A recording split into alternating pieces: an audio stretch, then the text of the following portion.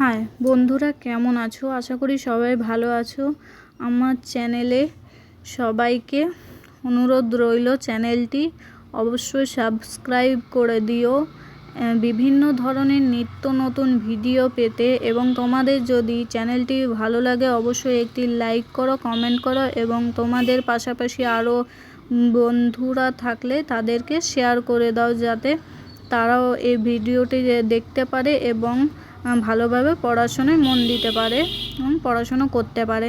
চলো আজকে শুরু করব কি শঙ্কর সেনাপতি শ্যামল গঙ্গোপাধ্যায়, ক্লাস 6-এর বাংলা বইয়ের এর কোশ্চেন অ্যান্সারগুলো আমি সব করিয়ে দেব। তাহলে দেখতে থাকো ভিডিওটি। ভালো লাগলে অবশ্যই সাবস্ক্রাইব করে দিও। এছাড়াও আরও নিত্য নতুন ভিডিও পেতে চাইলে আমার চ্যানেলটি অবশ্যই সাবস্ক্রাইব করে রেখো। প্রথম প্রশ্ন কি আছে? শ্যামল গঙ্গোপাধ্যায়ের লেখা দুটি বইয়ের নাম লেখো। তাহলে এখানে কি দেবে? শ্যামল গঙ্গোপাধ্যায়ের লেখা দুটি বইয়ের নাম হলো বেঁচে থাকার স্বাদ, তারপরে আছে ভাস্কো দা গামার ভাইপো, মনে কি পড়ে, কুবেরের বিষয়ে আশ্রয় ইত্যাদি যে কোনো তোমরা বলতে পারো। তিনি কোন বইয়ের জন্য সাহিত্য একাডেমি পুরস্কার পেয়েছেন? তিনি 1993 খ্রিস্টাব্দে তার শাহজাদা দারাসুকো উপন্যাসের জন্য সাহিত্য একাডেমি পুরস্কার পেয়েছেন। তারপর 2-এর দাগেরগুলো, আকন্দ বাড়ি স্কুলে ছাত্রছাত্রীরা কোন কোন জায়গা থেকে পড়তে আসে? তাহলে এখানে উত্তর হবে শ্যামল গঙ্গোপাধ্যায়ের লেখা বা রচিত সেনাপতি শঙ্কর গল্পে আকন্দবাড়ি স্কুলে ছাত্রছাত্রীরা ভেটুরিয়া, সায়বাড়ি, ঘোলপুকুর আর আকন্দ বাড়ি থেকে পড়তে আসে। 2 নম্বর প্রশ্ন, স্কুলের জানলা থেকে কি কি দেখা যায়? উত্তর, শ্যামল গঙ্গোপাধ্যায় রচিত সেনাপতি শঙ্কর গল্পে স্কুলের জানলা থেকে দেখা যায় আকাশের মেঘ, পাখি, শঙ্খচিলের ওড়া, নারকেল গাছ প্রভৃতি। এবার 3 নম্বর প্রশ্ন, শঙ্কর কিসের স্বপ্ন দেখে? উত্তর, শ্যামল গঙ্গোপাধ্যায় রচিত সেনাপতি শঙ্কর গল্পে শঙ্কর শঙ্খচিলের স্বপ্ন দেখে। শঙ্খচিলদের মতোই নিজেকে উড়ে বেড়াতে দেখে সে।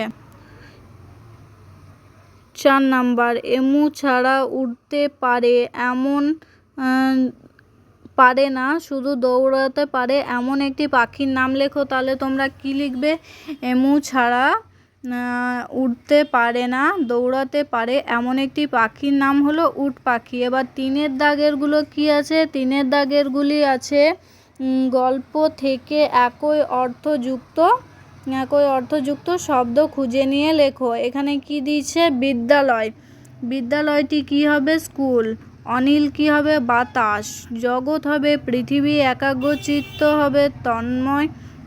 তারপরে পাখা হবে ডানা, রোপণ করা অর্থাৎ রোয়া। 4 নাম্বার, 4-এর দাগে কি দিয়েছে? বিপরীতার্থক শব্দ লিখে তা দিয়ে বাক্য রচনা করো। এখানে কি কি দেওয়া আছে? ভিজে, রাত, বাইরে, গাঢ়, বিশ্বাস। তাহলে ভিজেটা কি? ভিজে হবে শুকানো। এর বাক্য রচনা কি হবে? গরু শুকনো খড় খাচ্ছে। রাত, দিন, দিনের শেষে সূর্য অস্ত যায়। বাইরে, ভেতরে, ঘরের ভেতরে অন্ধকার। গাঢ়, পাতলা, পাতলা কাগজ সহজে ছেঁড়া যায়। বিশ্বাস, অবিশ্বাস, বিশ্বাস বন্ধুত্বকে নষ্ট করে। 5-এর দাগে কি আছে? সন্ধি বিচ্ছেদ করো। বঙ্গোপসাগর, তন্ময়, সাবধান, ত্রিশেক, পঞ্চানন। বঙ্গোপসাগর কি হবে? বঙ্গযুক্ত উপসাগর। তন্ময় হলো তৎযুক্ত ময়, সাবধান হলো সযুক্ত অবধান, ত্রিশেক 30 যুক্ত 1, পঞ্চানন হলো পঞ্চযুক্ত আনন। এবার 6-এর দাগে কি দিয়েছে? নিচের শব্দগুলি কোনটি বিশেষ্য এবং কোনটি বিশেষণ তা খুঁজে নিয়ে আলাদা 2টি স্তম্ভে সাজাও। এরপর বিশেষ্যগুলির বিশেষণের রূপ এবং বিশেষণগুলির বিশেষ্যের রূপ লেখো। তাহলে কি হবে? উত্তরটা হবে বিশেষ্য আছে প্রকৃতি, বিশেষণ হবে প্রাকৃতিক। ব্যথা হবে ব্যথিত, মাটি হবে মেটে, বিশ্বাস হবে বিশ্বস্ত, জল হবে জলীয়, মাঠ হবে মেঠো, শব্দ হলো শব্দময়। 7-এর দাগেরগুলো কি দিয়েছে? সমোচ্চারিত বা প্রায় সমোচ্চারিত ভিন্নার্থক শব্দগুলির অর্থ লিখে বাক্য প্রয়োগ করো। উত্তর কি হবে? ভাষা দিয়েছে ভাব প্রকাশের মাধ্যমে। পৃথিবীর অনেক রকম ভাষা আছে। 2 ভাষা, ভয়াকার দন্ত সয়াকার, ভাষা হবে ভাসমান থাকা। জলে ভাষা পাতাটি আঁকড়ে পিঁপড়ে বেঁচে থাকে। তারপরে ঢসন রেকার, পড়ে হবে পতিত হয়। টুপ টাপ করে বৃষ্টি পড়ে। আর রয়েকার, পরে কি হবে? পশ্চাতে। অনিকের পরে চয়ন দাঁড়িয়ে আছে। উনিশ্বর কর, শঙ্কর কথার অর্থ কি? শিব, শিবের অপর নাম শঙ্কর। আর দন্ত উনিশ্বর কর, এটা কি হবে? না মিশ্রণ। কাঁসা একটি সংকর ধাতু।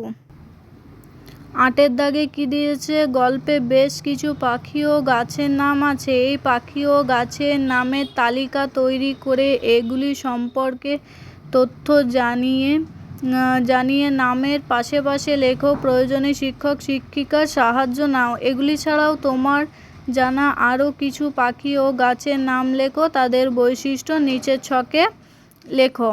দেখো পাখির নাম কি দিয়েছে? দুর্গাটুনি।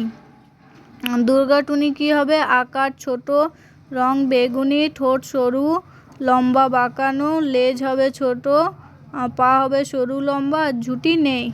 তারপর কি কি দিয়েছে? শালিক পাখি। শালিক পাখির আকার কি? ছোট, রং ধূসর ও কালো, ঠোঁট হবে সরু, লেজ হলো ছোট, পা হবে সরু, আর ঝুঁটি নেই।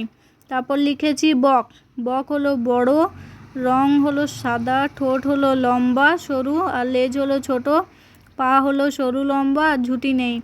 এভাবে তোমরা নিজেরাও কিন্তু নিজেদের ইচ্ছা মতো পাখির নাম লিখতে পারো এবং তাদের আকার, রং বা যে জিনিসগুলো রয়েছে তোমরা নিজেরাও করে নিতে পারো, বা আমি যেমনভাবে করে দিয়েছি সেইভাবেও করে নিতে পারো।